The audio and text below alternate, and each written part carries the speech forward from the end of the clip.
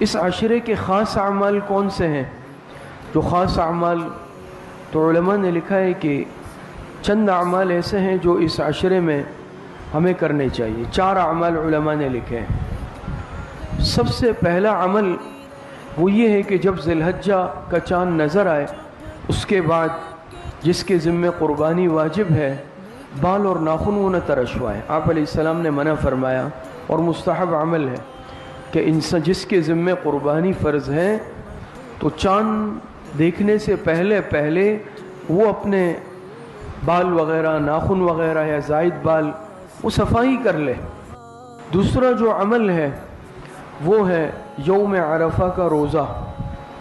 یوم عرفہ 9 ذی الحجہ۔ آپ جانتے ہیں کہ یوم عرفہ یہ وہ دن ہے جس دن حج کا رکن اعظم ادا کیا جاتا ہے، جسے وقوف عرفہ کہا جاتا ہے۔ حاجی میدان عرفات جاتے ہیں اور حج کا رکن اعظم ادا کیا جاتا ہے۔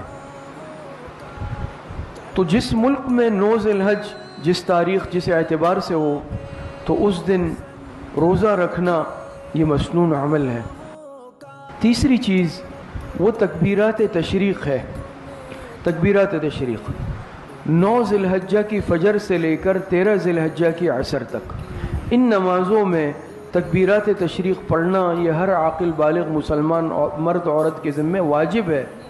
البتہ مرد کے ذمہ اونچی آواز سے پڑھنا اور عورت پست آواز سے پڑھے۔ چوتھا عمل یہ قربانی کا عمل ہے۔ قربانی کا عمل، اور یہ معمولی عمل نہیں، بہت بڑا عمل ہے۔